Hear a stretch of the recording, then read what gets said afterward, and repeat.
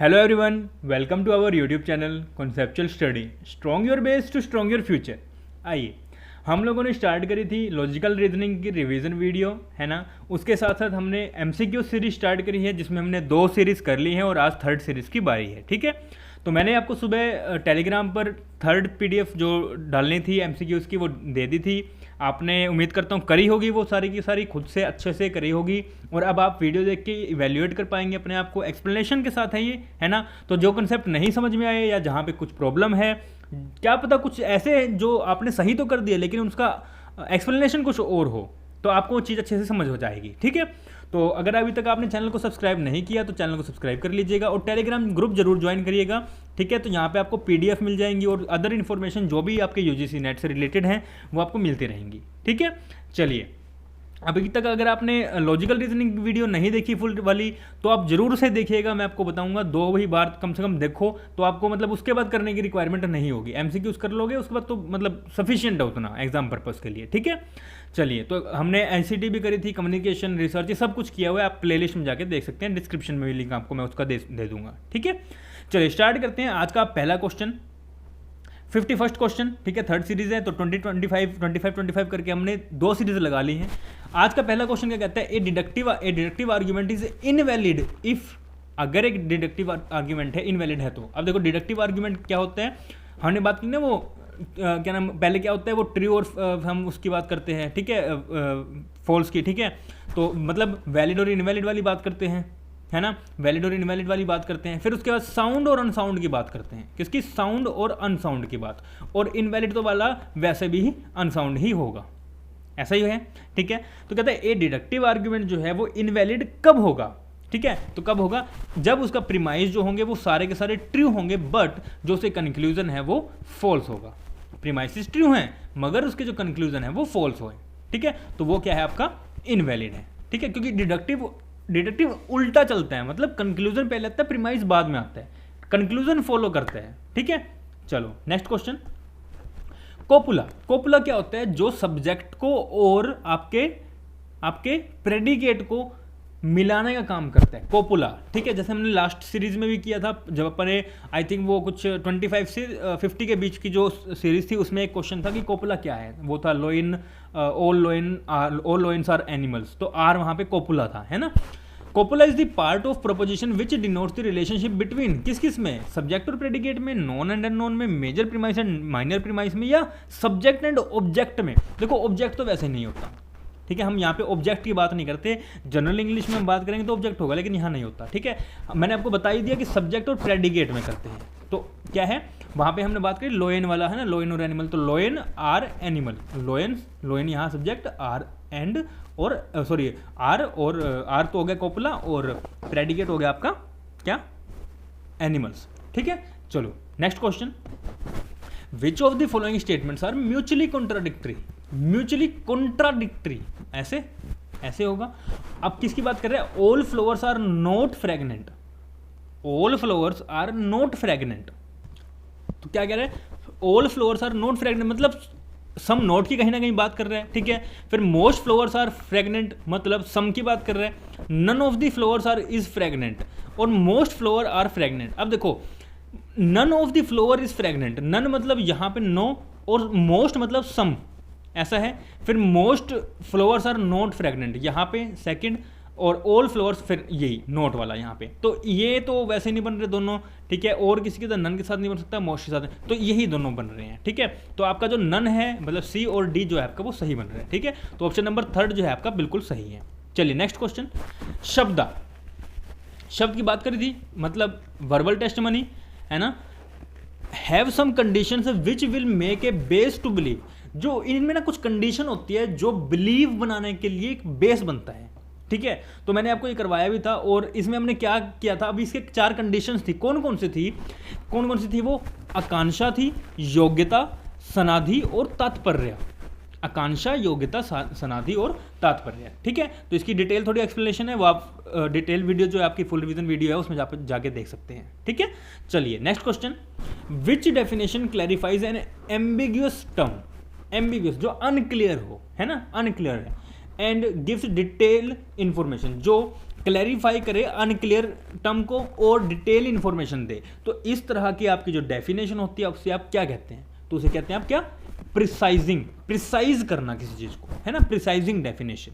चलिए next question, व्याप्ति is a relationship between. अब देखो यार, मैंने आपको पहले बताया था जब रिवीजन वीडियो करी तो उसमें मैंने बताया कि ये व्याप्ति होगी जो आपका मेजर माइनर मिडिल टर्म है, एक तो इसमें से, और एक आपका जो स्क्वायर ऑफ ओपोजिशन है, कॉन्ट्रेरी, सब कॉन्ट्रेरी, कंट्राडिक्टरी, इनमें से तो मतलब इतने क्वेश्चन बनते हैं, इतने क्वेश्चन बनते हैं ना, मतलब मेरे को समझ में नहीं आता कि जो क्वेश्चंस एनटीए बनाता है वो खुद बोर नहीं होता ऐसे सेम क्वेश्चंस बना के। अच्छा भी है, अच्छा भी है, मतलब ये नहीं कह रहा कि अच्छा नहीं है, अच्छा भी है कि वो इन्हीं क्वेश्चंस को रिपीट कर रहे हैं और बच्चे इन क्वेश्चंस को अच्छे से करके और पास हो जाते हैं अच्छे तरीके से, है ना, मतलब उनका नेट है या जेआरएफ है वो क्लियर हो जाता है ना। तो इन यही क्वेश्चंस आपके उठ के आते हैं। तो कहता है व्याप्ति, व्याप्ति इज द रिलेशनशिप बिटवीन। अब व्याप्ति किस किस में होता है, मिडल में और मेजर में तो होता है, हमने कितने बार कर लिया है ना, B option is the right answer. फिर है if two standards from categorical propositions with the same subject, same subject है और प्रेडिकेट है, are related in such a manner that if one is undetermined, अगर एक अनडिटरमाइंड है the other must be undetermined, ठीक है, व्हाट इज दियर रिलेशन। तो आपको इस तरह के दो बताने हैं। अब वो कौन से होते हैं, अगर वो एक डिटरमाइन और एक अनडिटरमाइन है तो दूसरा भी अनडिटरमाइन होगा, ठीक है, तो वो होता है आपका कॉन्ट्राडिक्टरी। अगर ये अनडिटरमाइन है तो ये भी तो अनडिटरमाइन होगा, ये ट्रू होगा तो ये फॉल्स होगा, ये फॉल्स होगा तो ये ट्रू होगा, है ना। तो ये आपस में कंट्राडिक्ट, लड़ाई कर सकते हैं पागल सारा दिन, है ना। चलो next, when the purpose of definition is to explain the use to eliminate ambiguity the definition is called। तो ambiguity eliminate किसको क्या करते हैं, ambiguity को eliminate करते हैं। तो उनमें से जो अपने पास ये definitions दी हैं इनमें से कौन सी है, ठीक है, तो किसको कौन कौन सी करते हैं, एक तो करता है आपका स्टिपुलेटिव, बिल्कुल करते हैं, एक करता है आपका कौन सा, थियोरेटिकल, है ना, थियोरेटिकल भी करता है, ठीक है। फिर उसके बाद बात करते हैं किसकी, परसुएसिव की, किसकी, परसुएसिव की, ठीक है। तो लेक्सिकल जो है वो आपको एग्जैक्ट मीनिंग बताने की वहां पे बात करता है, ठीक है। तो option C is the right answer, A, B और डी, ठीक है। चलिए next, as per the classical square of opposition, फिर उठ के आ गया पागल, A proposition is given as true, अगर एक ट्रू है then which of the following is correct. अगर एक प्रोपोजिशन, मतलब एक का मतलब यहाँ क्या, ऑल की बात कर रहे हैं यहाँ पे, अगर ऑल ट्रू है, अगर ऑल ट्रू है तो इनमें से करेक्ट, इन चारों में से करेक्ट क्या है, तो इसका मतलब कॉन्ट्राडिक्टरी बात चल रही होगी तो यहाँ वाला फॉल्स होगा, अगर कंट्रेरी की बात चल रही होगी तो यहाँ वाला फॉल्स होगा, क्योंकि अगर एक ट्रू है तो दूसरा कंफर्म फॉल्स होगा, ठीक है। तो बात करते हैं, E proposition is false, I proposition is true and O proposition is false. तीनों की बात कर रहे हैं, तीनों की ऐसे भी बात कर रहे हैं, मतलब ऐसे भी बात कर रहे हैं, ऐसे भी बात कर रहे हैं, ऐसे भी बात कर रहे हैं, तीनों, कंट्रेरी भी, सब कंट्रेरी भी, कंट्राडिक्टरी भी, तीनों की ही बात कर रहे हैं ये, ठीक है। तो ये तो गलत कह रहे हैं, ठीक है, E proposition is false, E proposition is false, ठीक है, तो ए ई, ठीक है, तो ये फॉल्स, ये ठीक है, आई इज ट्रू, ठीक है, और ओ इज फॉल्स, ठीक है। तो फॉल्स ये तो ठीक है और ये भी ठीक है, लेकिन जो ये होगा, अगर ये ट्रू है तो ये जरूरी नहीं है ना, जरूरी नहीं है, तो ये आपका जो है वो गलत है। बी ऑप्शन क्या है, ई प्रोपोजिशन इज फॉल्स, बिल्कुल ठीक है, I proposition is true, I is true, sorry थोड़ी सी मिस्टेक हो गई यहाँ पे, ठीक है, यहाँ पे आएगा ट्रू आएगा यहाँ पे, ठीक है। ऑप्शन दोनों सेम है ये, ठीक है, तो ऑप्शन जो बी है या ए है, आपने अगर जो भी किया है वो आपका बिल्कुल सही है, ठीक है। तो सी गलत है और डी भी गलत है, ठीक है। तो ई प्रोपोजिशन इज ट्रू नहीं, तो मैंने ये अच्छे से करवाया था आपको, ठीक है। तो ये ऐसा था, ए, ई, आई और ओ, ठीक है। तो ये बात करता है, अगर ए को आपने ट्रू मानना है, ए को आपने ट्रू मानना है तो क्या इसमें सही है, तो ऑब्वियस है, अगर ये ट्रू है तो ये फॉल्स होगा, ओ फॉल्स होगा, बिल्कुल ठीक है, ओ फॉल्स है, ठीक है। अगर ये ट्रू है तो ये वाला क्या होगा, फॉल्स होगा, है ना। क्यों, ऊपर वाले जो दोनों हैं वो एक साथ ट्रू नहीं हो सकते लेकिन एक साथ फॉल्स हो सकते हैं, तो ऑब्वियस है अगर ये एक ट्रू है तो दूसरा कंफर्म फॉल्स होगा, ठीक है। तो आपका जो ई है वो आपका फॉल्स है, बिल्कुल ठीक है। और अगर ये ट्रू है तो आप तो दूध के धुलो वैसे भी हो, तो ऑब्वियस है आप भी क्या है, ट्रू हो गए, ठीक है। तो ये दोनों के दोनों आपके ट्रू हैं, ठीक है। तो ऑप्शन ए भी किया है या बी भी किया, दोनों आपने किए तो बिल्कुल सही है, तो ये दोनों ऑप्शन ही सही है, ठीक है। तो यहाँ पे थोड़ी सी मिस्टेक हो गई, यहाँ पे ऐसे ट्रू करना था मेरे को, यहाँ शायद टाइपिंग मिस्टेक हो गई है, ठीक है। चलिए तो ऑप्शन बी कह लो या ए कह लो, दोनों ही सही है, ठीक है। चलिए next question, which one of the following is signified by उदाहरणा ऑफ अनुमान इनफ्रेंस इन इंडियन लॉजिक। तो उदाहरणा को आप जो सिग्निफाइड करते हैं, उदाहरणा को अनुमाना में, उसे आप क्या कहते हैं, ठीक है। तो universal proposition along with an instance, जब आपका यूनिवर्सल प्रोपोजिशन होता है किसके साथ, इंस्टांस के साथ, ठीक है। चलिए next question, which one of the following is signified by the term हेतु। हेतु बोले तो middle term in the process of अनुमाना influence in classical Indian logic of Indian school of logic. तो ये क्या होता है, ठीक है। हेतु को आप यहाँ पे हेतु की किससे बात करते हैं, तो ये एक रीज़न होता है ना, आपकी स्टेटमेंट को पहुँचाने के लिए मिडल से लेके माइनर से लेके मेजर टर्म तक पहुँचाने के लिए ये काम करता है। तो एक ये रीज़न बनता है, स्टेटमेंट क्या बनती है, स्टेटमेंट ऑफ रीज़न बनती है, ठीक है।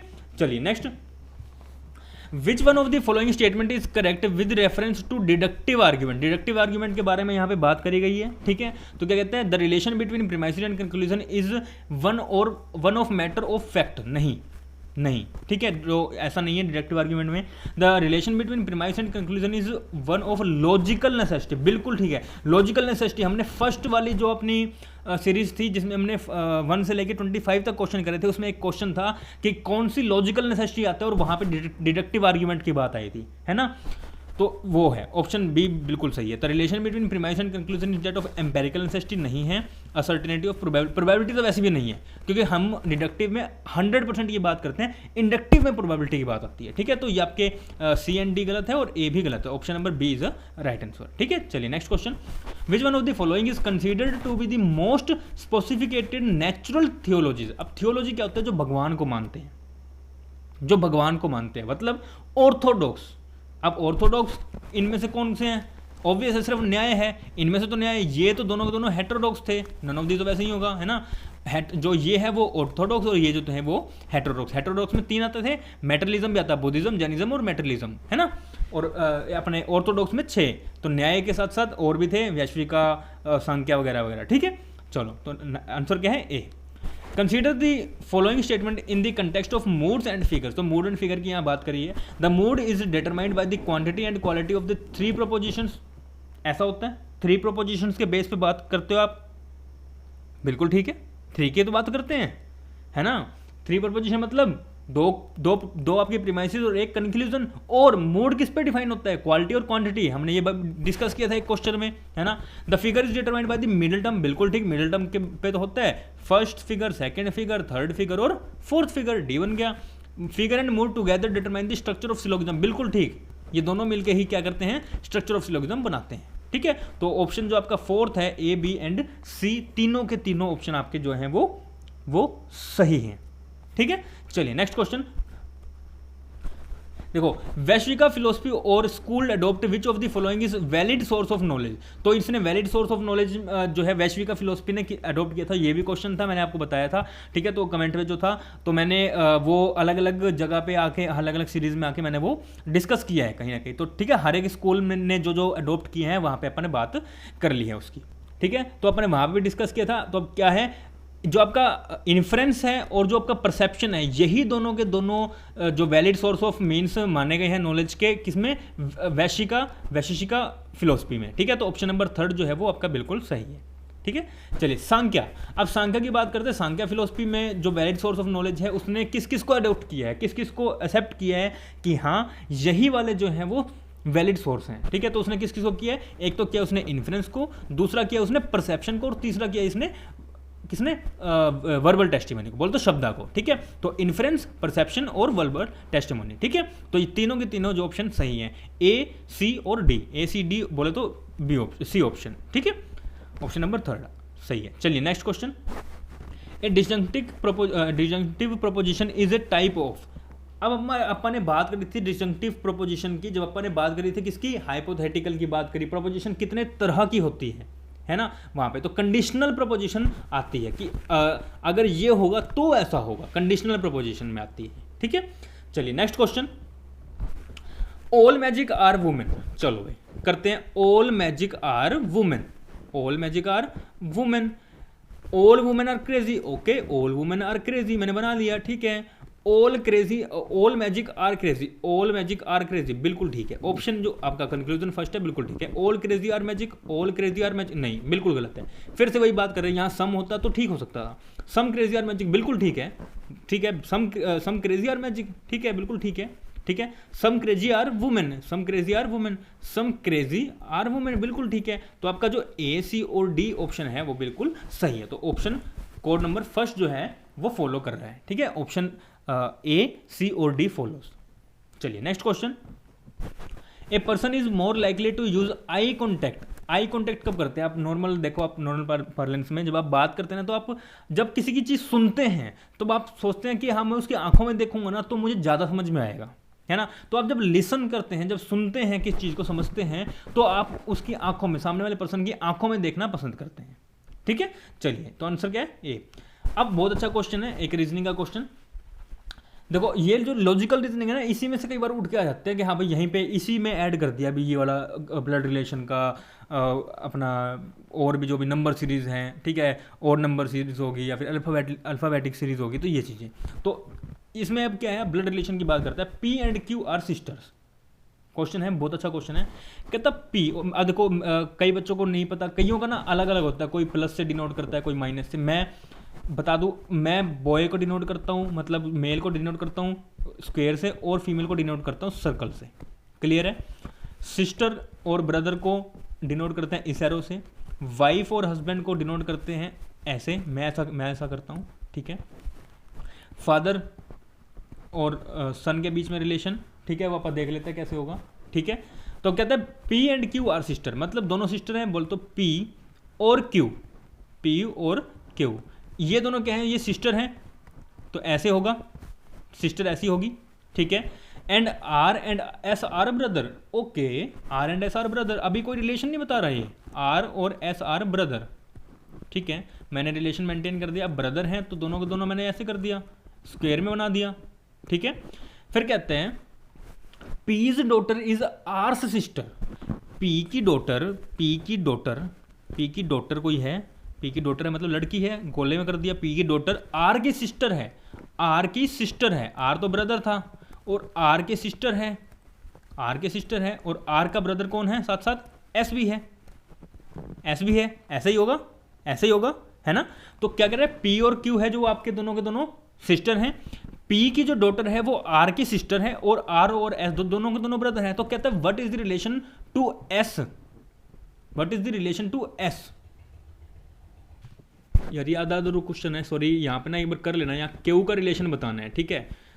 सॉरी यार, ये मिस्टेक, टाइपिंग मिस्टेक हुई है कहीं ना कहीं, मुझे नहीं पता, मैंने लिखा तो था बट समझ में नहीं आ रहा। चलो कोई ना, तो एस का और क्यू का आपको रिलेशन बताना है, ठीक है। तो आप कहते हैं ना, देखो अब ये दोनों ऑब्वियस है भाई बहन है, तो ये मतलब भाई भाई है तो ये भी बहन हुई, तो ये इसकी बहन हुई, ठीक है, ये इसकी बहन हुई, ये ब्रदर है ना, ये ब्रदर है, बहन हुई, और ये इसकी माँ, तो ये इन तीनों की माँ ये है, और ये इसकी बहन है, ये इसकी बहन है, तो ये मौसी हुई, है ना। अपने हिंदी में तो मौसी हुई इसकी, लेकिन इंग्लिश में क्या हुई? आंट हुई, ठीक है। तो आंट हो गया, ठीक है। तो आपको वैसे मैं रीजनिंग के अलग से क्वेश्चन करा दूंगा थोड़े से, लेकिन इसमें कुछ कई बार ना उठ के आते तो मैंने डाल दिया यहाँ पे, ताकि आपकी साथ साथ रिविजन हो जाए, ठीक है। चलो next question. No conclusion is possible from two. दो, जब ऐसा कौन से दो प्रीमाइसेस हो जाएंगे जब कोई भी कंक्लूजन उठ के नहीं आएगा? तो आपका आता है नेगेटिव, जब नेगेटिव प्रीमाइस दोनों उठ के आ जाए, तो नेगेटिव नेगेटिव जब प्रीमाइस उठ के आ जाएंगे तो वहां पे आपका कंक्लूजन नहीं होगा, तो उसे आप इनवैलिड कह देते हो। क्या कहते हैं? इनवैलिड, ठीक है। चलो next question. Which of the following is true with reference to अनुपलब्धि as a means of knowledge. अनुपलब्धि मतलब नो की बात करता है, नेगेटिव की बात करता है, जहां पे हम नेगेटिव चीज से आंसर निकालने की, नॉलेज लेने की बात करते हैं, ठीक है। तो कहता है I do not concise the pot on the table therefore it is absent there. Okay, बिल्कुल ठीक कह रहे हैं, कह रहे हैं not concise the pot on the table, ठीक है। देयरफॉर इसका मतलब क्या है? एब्सेंट है वो, ठीक है, absent from there. I directly perceive, directly कहां से हो गया? डायरेक्टली नहीं होगा, डायरेक्टली तो फिर परसेप्शन की बात हो जाती। I infer the absence of pot on the table since one do not find it. नहीं नहीं नहीं नहीं नहीं, गलत है। एब्सेंस, ठीक है, यहां तक तो ठीक है। Since I one do not find it to be there, भाई उसको आप नहीं कर रहे, तो ये गलत है, ठीक है। I know the absence on off the pot on the table because I know, यहाँ पे आई आएगा यार शायद, आई, ये मुझे लग रहा है पीडीएफ में आने के बाद ना गलती होगी। पीपीटी तक तो ठीक थी, ये पीडीएफ में आने के बाद गलती हुई है कुछ, ठीक है। I know it's similarity with other absence, तो सिमिलैरिटी की बात यहाँ नहीं करता, ठीक है। तो आपका जो ऑप्शन ए है वो बिल्कुल सही है, ठीक है। चलिए यार सॉरी, थोड़ी सा यहाँ ना मिस्टेक हो रही है कुछ टाइपिंग में, मैं आगे ध्यान रखूँगा अगली बार, ठीक है। ह्यूमन मिस्टेक है, थोड़ा सा माफ़ करिएगा। चलिए नेक्स्ट क्वेश्चन क्या कहते हैं, some teachers are not sincere, some teacher are not sincere मतलब सम नॉट की बात कर रहे हैं, is an example of which category of proposition. Some not की बात कर रहे हैं, सम नॉट कहाँ आता है, यहाँ आता है, और particular negative, particular negative, option number D. बहुत इजी क्वेश्चन था, है ना। चलो, motion is to run as emotion is to, motion is to run और इमोशन इज टू। अब यहाँ पे एनालॉजिकल की बात करते हैं, एनालॉजी आ रही है ना, कि मोशन तो रिलेट कर रहे हैं रन से, मोशन रिलेट कर रहा है किससे, रन से। भाई मोशन है तो इसका मतलब वो रन कर रहा है तो ही तो मोशन हो रहा है ना। और इमोशंस है तो इमोशंस क्या होती हैं, आपकी फीलिंग्स होती हैं, ठीक है। इमोशन होगी तो फीलिंग, तो इमोशन को फीलिंग से आप रिलेट कर सकते हैं, ठीक है। Option number D is the right answer. फिर है God is great because he does great thing, God is great because he does great thing, मतलब भगवान ग्रेट है क्योंकि वो बहुत बड़े बड़े ग्रेट काम करता है। ऐसा कुछ मतलब कोई तुक बना, घूम फिरा के वहीं आ गए, आप तो घूम फिरा के वहीं आ गए, है ना। Sorry. This influence commits which kind of fallacy, तो यहीं से आपको देखो स्टेटमेंट पढ़ते ही आपको थोड़ा पता लगा या कुछ गड़बड़ है इसमें, तो कुछ फैलेसी है। अब फैलेसी है तो किस तरह की फैलेसी है वो देखनी है, ठीक है। तो जब ये घूम फिरा के आप वहीं आ जाते हो ना, जब किसी चीज़ का लॉजिक ना मिले, कोई तुक ना बने, धक्के से बोल दो, तो उसे आप कहते हैं पिटिपो प्रिंसिपी, कहते हैं पिटिपो प्रिंसिपी, ठीक है। तो ये आपकी फैलेसी है, ठीक है। चलिए, तो आज के लिए सिर्फ इतना ही, आपके 75 क्वेश्चन पूरे हो गए हैं, ठीक है। तीनों सीरीज पूरी हो गई हैं, और बताइएगा जरूर कितने आपके क्वेश्चन सही हैं, ठीक है। और अभी तक भी अगर चैनल को सब्सक्राइब नहीं किया तो चैनल सब्सक्राइब कर लीजिएगा, और टेलीग्राम ग्रुप को ज्वाइन करना नहीं भूलिएगा, ठीक है। तो पीडीएफ वहाँ पे आपको फ्री में मिल जाएंगी, और रेगुलर में क्लासेस जो हैं आपकी पीडीएफ वाली है, जो आपकी एमसीक्यू सीरीज़ है, वो वहाँ पे पीडीएफ डलती हैं। आप वो खुद करो तो आपको ज़्यादा समझ में आएगा, एज़ कंपेरिजन टू आप डायरेक्ट वीडियो पे हो तो मतलब वो मज़ा नहीं आएगा जो आप खुद कम करने पर आपकी जो प्रैक्टिस होगी, ठीक है। तो प्रैक्टिस करो, फिर उसके बाद एक्सप्लेनेशन देखो, ठीक है। तो ज्वाइन करो, ठीक है। चलिए आज के लिए इतना ही, थैंक यू वेरी मच।